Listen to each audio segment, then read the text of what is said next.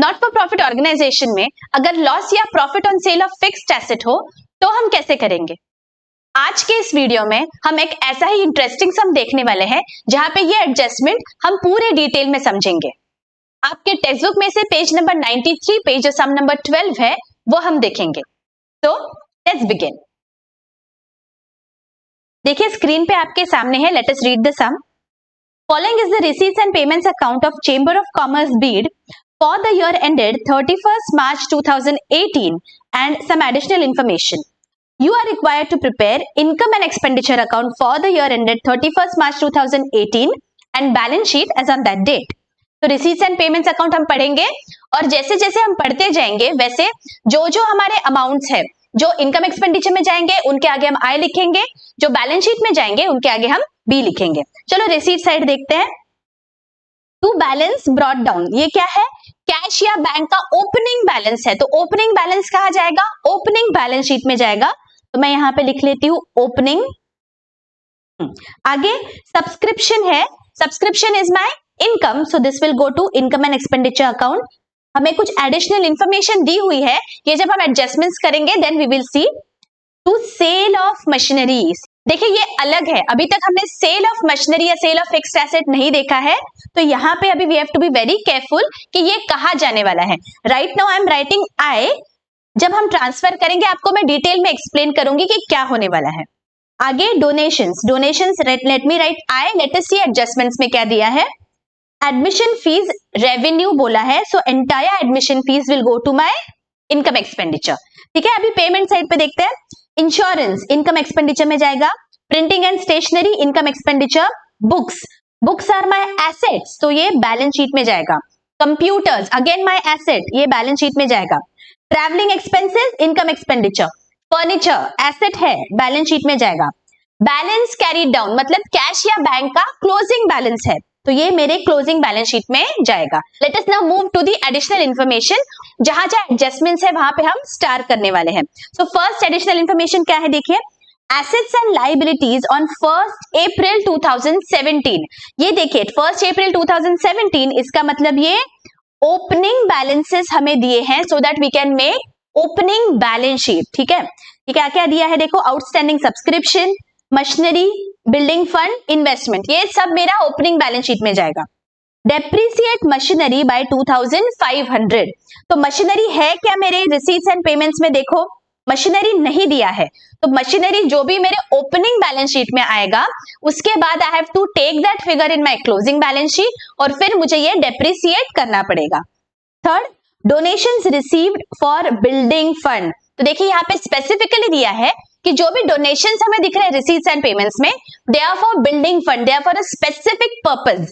याद करिए मेरा एडजस्टमेंट्स का वीडियो, वहां पे मैंने आपको डिटेल में बताया था, अगर स्पेसिफिक पर्पस के लिए है तो ये बिल्डिंग फंड में ऐड होते हैं डोनेशंस। तो रिसीट साइड पे जो आपको डोनेशंस दिख रहे हैं वहां पे हम स्टार करेंगे और आगे हम बी लिखने वाले हैं, बिकॉज ये बैलेंस शीट में ऐड होने वाला है बिल्डिंग फंड।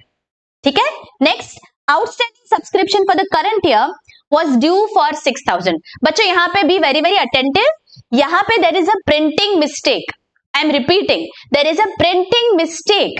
यहाँ पे outstanding subscription for the current year ये नहीं होना चाहिए, यहाँ पे होना चाहिए outstanding subscription as on 31st March 2018 was rupees 6000। I'm repeating, ये जो आपका फोर्थ एडजस्टमेंट है, there is a printing mistake. Outstanding subscription के आगे आप लिखिए as on 31st March 2018 was rupees 6000। ठीक है, यहाँ पे फॉर द करंट ईयर जो है दैट इज रॉन्ग। ठीक है, क्योंकि अगर फॉर द करंट ईयर आता है तो अलग होता है and as on 31st March आएगा तो एडजस्टमेंट अलग होगी। ठीक है, वर्ड्स में डिफरेंस हो जाता है, तो यहाँ पे आपको एज ऑन 31st March 2018 लिखना है। ओके, चलो अभी हमने ये देख लिया, अभी हमें क्या करना है, इनकम एक्सपेंडिचर का फॉर्मेट बनाना है, प्रॉपर फॉर्मेट बनाएंगे देखिए, and then we are going to transfer these items to our income expenditure and balance sheet one by one. Income expenditure account for the year ended 31st March 2018 and balance sheet as on 31st March 2018। ये करने से पहले हमें क्या करना है, हमें opening balance sheet भी बनाना पड़ेगा, बिकॉज यहाँ पे हमें कैपिटल फंड की अमाउंट नहीं दी गई है। तो आपको ओपनिंग बैलेंस शीट बनाना है और यहाँ पे आपको लिखना है balance sheet as on 1 April 2017। Working note है आपका ये, तो आपको लिखना है balance sheet as on 1 April 2017। Alright, यहाँ पे जो भी आपके ओपनिंग बैलेंस शीट के फिगर्स रहेंगे वो आपको यहाँ पे लिखने हैं। ठीक है, तो देखिए क्या क्या है, पहले अपनी एडजस्टमेंट देखते हैं। वहां पे हमें दिया हुआ है सारे ओपनिंग बैलेंस शीट के फिगर्स, वो हमें यहाँ पे 1 बाय 1 लिखने हैं। Assets and liabilities on 1 April 2017। सबसे पहला क्या दिया है, आउटस्टैंडिंग सब्सक्रिप्शन 10,000। सब्सक्रिप्शन ये मुझे मिलने वाला है, मेरा इनकम है जो आउटस्टैंडिंग है, that means it is my asset. तो बैलेंस शीट में एसेट साइड में मुझे लिखना पड़ेगा आउटस्टैंडिंग सब्सक्रिप्शन 10,000।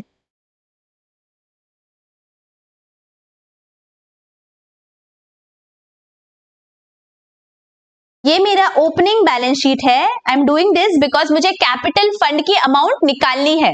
ओके, आगे क्या है देखो, मशीनरी है 50,000 का, तो मशीनरी अगेन मेरे एसेट साइड पे आएगा 50,000।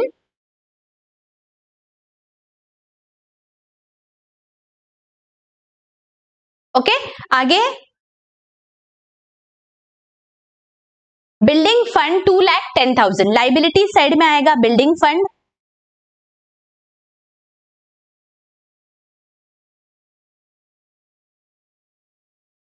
$2,10,000। आगे क्या दिया है, इन्वेस्टमेंट्स है 3 लाख के, तो मेरे एसेट साइड पे इन्वेस्टमेंट्स आएंगे 3 लाख।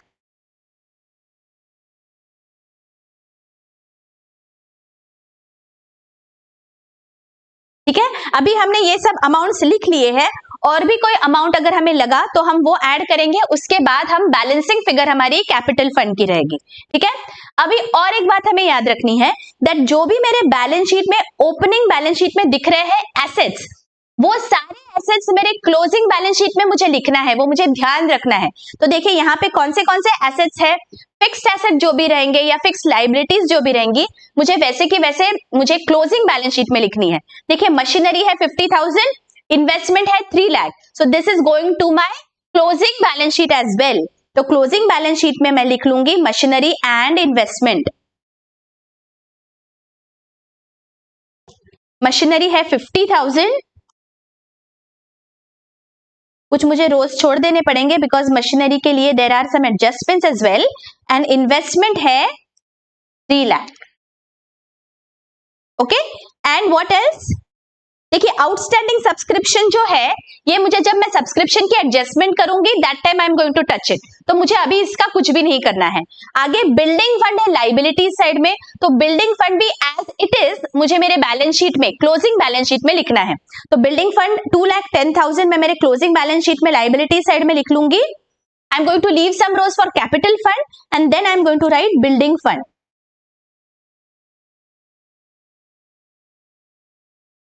2,10,000। ऑलराइट, ठीक है, तो देखो अभी ओपनिंग बैलेंस से सारे मैंने लिख दिए हैं। Now let me go to my receipts and payments account, और देन सारे आइटम्स में ट्रांसफर करूंगी 1 बाय 1। तो रिसीट्स एंड पेमेंट्स में मेरा फर्स्ट है कैश एट बैंक 22,250। उसके आगे देखो मैंने ओपनिंग लिखा है, मतलब ये मेरा ओपनिंग बैलेंस शीट में कैश जाएगा। तो ओपनिंग बैलेंस शीट में जो वर्किंग नोट है वहां पे मुझे लिखना है, यहां पे मैं लिखूंगी cash at bank 22,250। Alright, okay, देखो आगे लिखा है सब्सक्रिप्शन है 72,000, तो ये मेरे इनकम साइड पे जाएगा, एंड ब्रैकेट्स में कुछ लिखा है, तो पहले मैं 72,000 लिखती हूँ, then I will see brackets में क्या लिखा है। यहाँ पे मैं इनकम साइड में लिख लूंगी बाय सब्सक्रिप्शन 72,000। ओके, अभी ब्रैकेट्स में क्या लिखा है, let us read that carefully.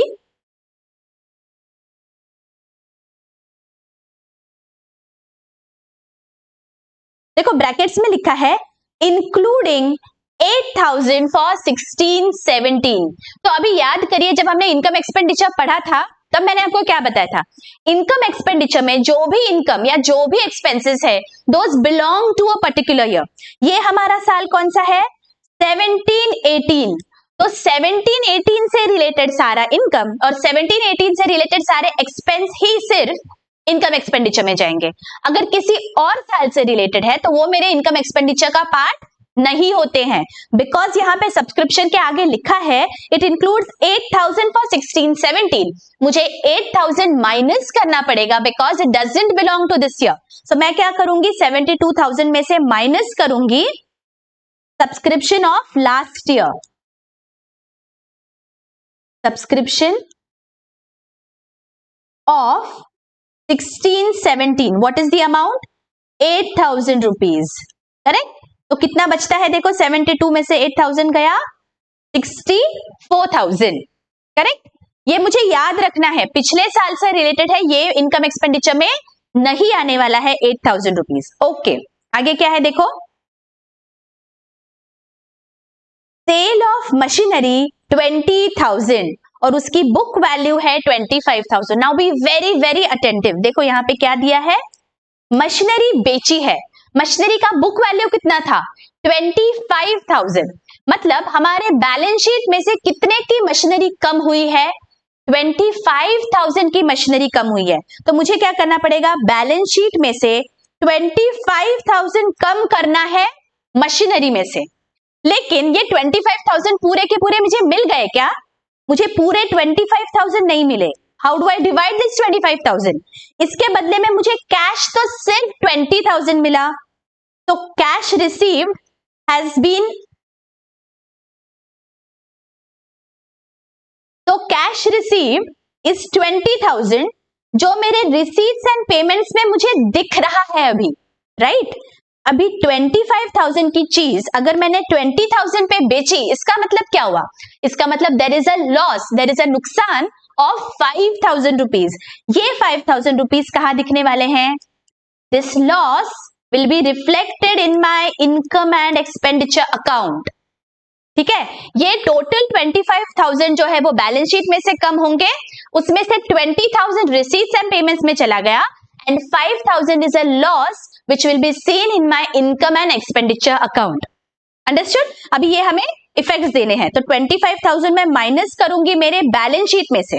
तो बैलेंस शीट में एसेट साइड पे चलते हैं और यहां पे मैं करूंगी less book value of machinery sold, ये हमें याद रखना है। हाँ, दिस इज बुक वैल्यू, जितने में बुक्स पे अपीयर हो रही थी उतना मुझे माइनस करना है। तो दैट इज 25,000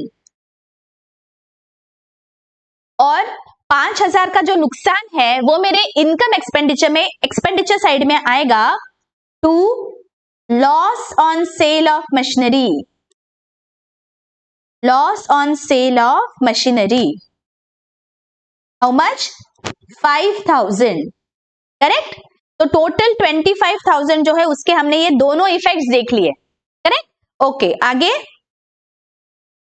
डोनेशंस है 55,000 और हमें डोनेशंस दिया हुआ है, देखिए एडिशनल इंफॉर्मेशन का पॉइंट नंबर 3 देखिए, donations received are for building fund, specific दिया हुआ है इंफॉर्मेशन। तो इसलिए ये सारा जो भी डोनेशंस है 55,000 का मुझे ऐड करना है मेरे बिल्डिंग फंड में। तो बैलेंस शीट में मैं जाऊंगी और बिल्डिंग फंड में मुझे ऐड करना है donations, amount is 55,000, okay, all right.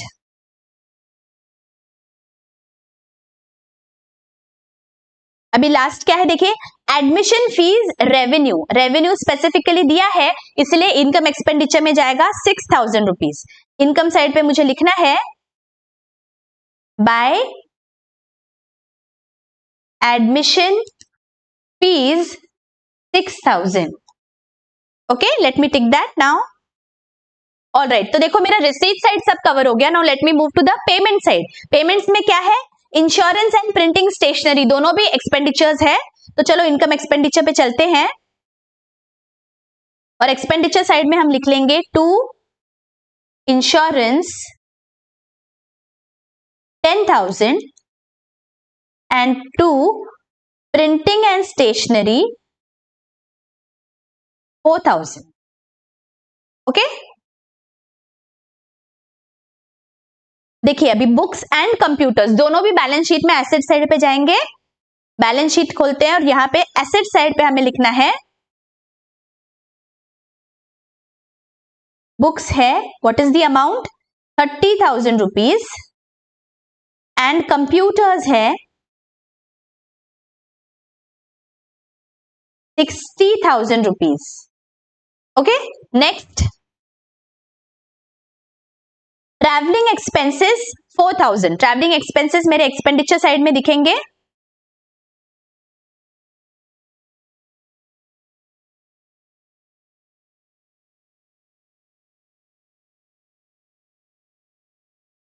आगे क्या है, furniture 62,000 and cash at bank का बैलेंस है 5,250. दोनों भी बैलेंस शीट के एसेट साइड पे दिखने वाले हैं.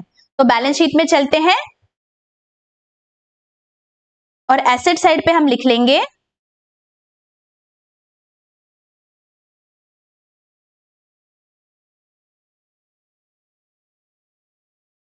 Furniture 62,000 and cash at bank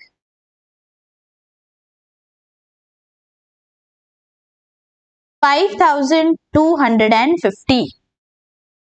alright, देखिए अभी सारे जो रिसीट्स पेमेंट्स के अमाउंट्स है वो सारे हमने ट्रांसफर कर लिए. क्या देखो सारे टिक है, मतलब सारे ट्रांसफर हो गए. अभी वन बाय वन हमें एडजस्टमेंट्स देखने हैं. तो चलो एडजस्टमेंट का फर्स्ट जो है वो हमने तो सब ट्रांसफर कर लिया, सारे ओपनिंग बैलेंसेस थे, सो दैट इज डन.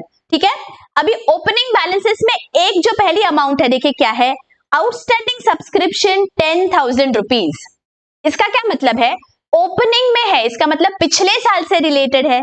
ये जो 10,000 रुपीज है ये 16-17 से रिलेटेड है, लेकिन 16-17 से रिलेटेड कोई अमाउंट हमें रिसीट्स पेमेंट्स में भी दिखी थी. देखिए क्या थी वो अमाउंट, 16-17 से रिलेटेड सब्सक्रिप्शन है 8,000 रुपीज.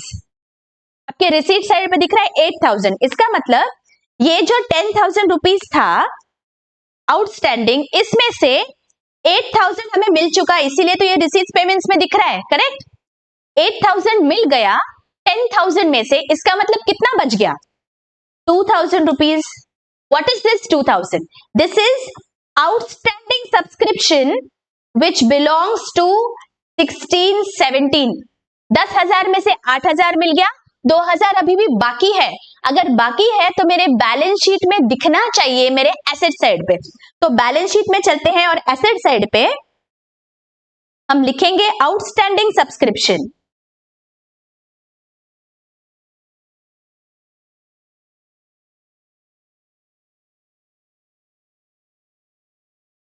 सिक्सटीन 17 से रिलेटेड है 2,000.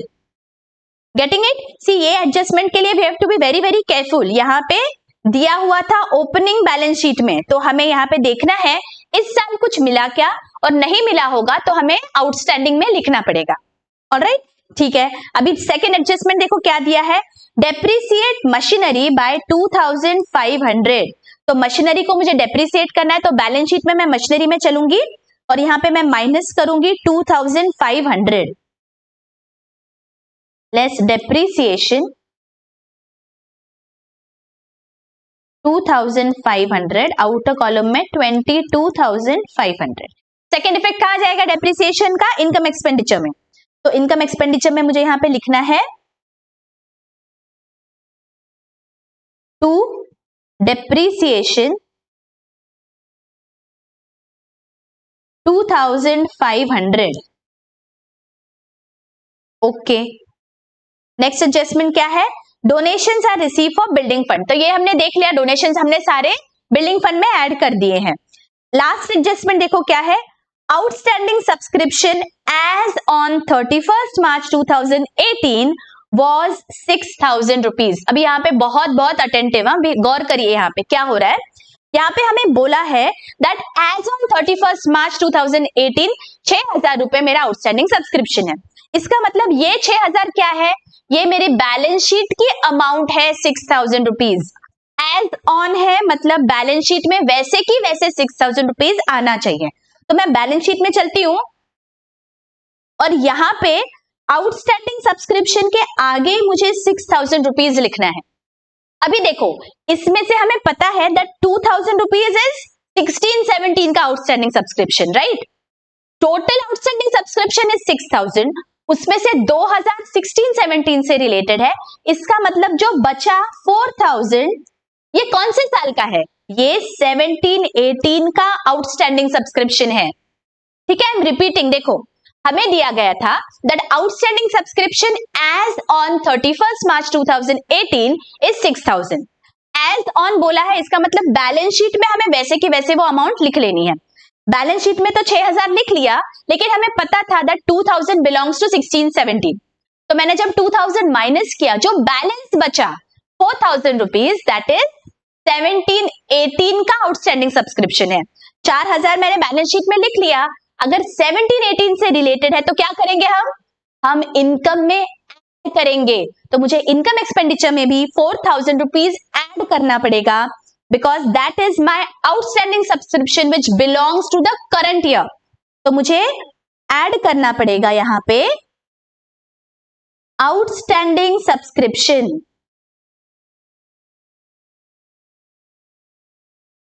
Getting it? आपको क्लियरली समझ गया हमने क्या किया?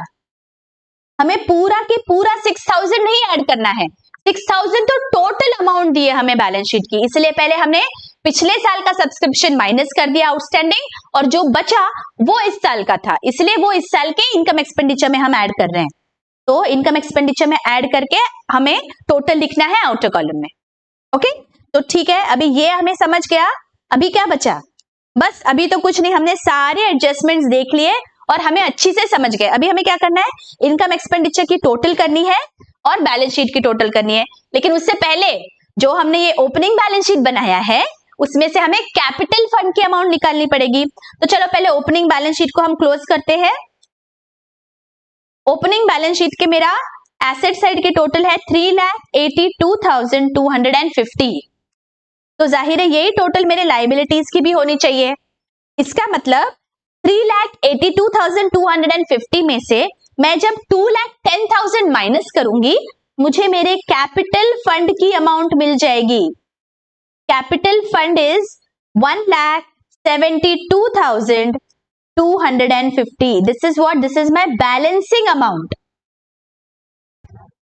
समझ में आ रहा है? देखिए, बैलेंस शीट तो हमेशा टैली होना चाहिए। तो अगर एसेट साइड की टोटल 3,82,250 है, मतलब लाइबिलिटीज की भी टोटल सेम होनी चाहिए।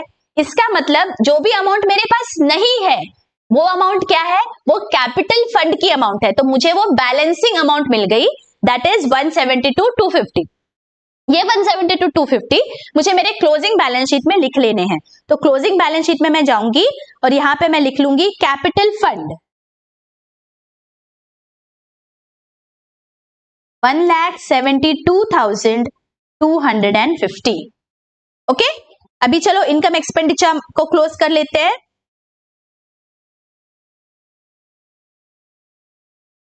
पहले तो हम टोटल करेंगे डेबिट और क्रेडिट साइड की। क्रेडिट साइड की मेरी टोटल आ रही है 74,000 और मेरी डेबिट साइड की टोटल आ रही है 25,500। इसका मतलब क्रेडिट साइड की टोटल ज्यादा है, तो मैं क्रेडिट साइड की टोटल यहां पे लिख लूंगी दोनों साइड में टोटल में, और जो भी बचा, जो भी बैलेंस है, वो क्या है? That will be my surplus. तो सरप्लस मुझे यहां पे लिखना है 74,000 माइनस 25,500। तो ये कितना आता है यहां पे देखो, 48,500 रुपीज। ये क्या है? मेरा surplus that I am going to transfer to my capital fund. 48,500 मुझे ऐड करने हैं मेरे कैपिटल फंड में बैलेंस शीट में। यहां पे मैं ऐड करूंगी 48,500। What is this? सरप्लस। तो मेरा टोटल आ रहा है यहां पे 2,20,750। ओके, अभी क्या करना है? अभी बस बैलेंस शीट की टोटल करनी है। तो लेट अस सी हमारा बैलेंस शीट टैली हो रहा है या नहीं। तो मेरे बैलेंस शीट की टोटल आ रही है 4,85,750। 4,85,750 आ गई। देखो हमारा बैलेंस शीट भी एकदम अच्छी से टैली हो गया है। देखो बच्चों, जो भी एडजस्टमेंट्स है, जो भी इंपॉर्टेंट एंट्रीज है, मैंने वो सारे रेड में लिखे हैं, ताकि अगर आपको कभी लगे कि मुझे नहीं समझा या रिवाइज करना है तो quickly you can go back to the video, see कि रेड में क्या क्या है, you can just revise it quickly.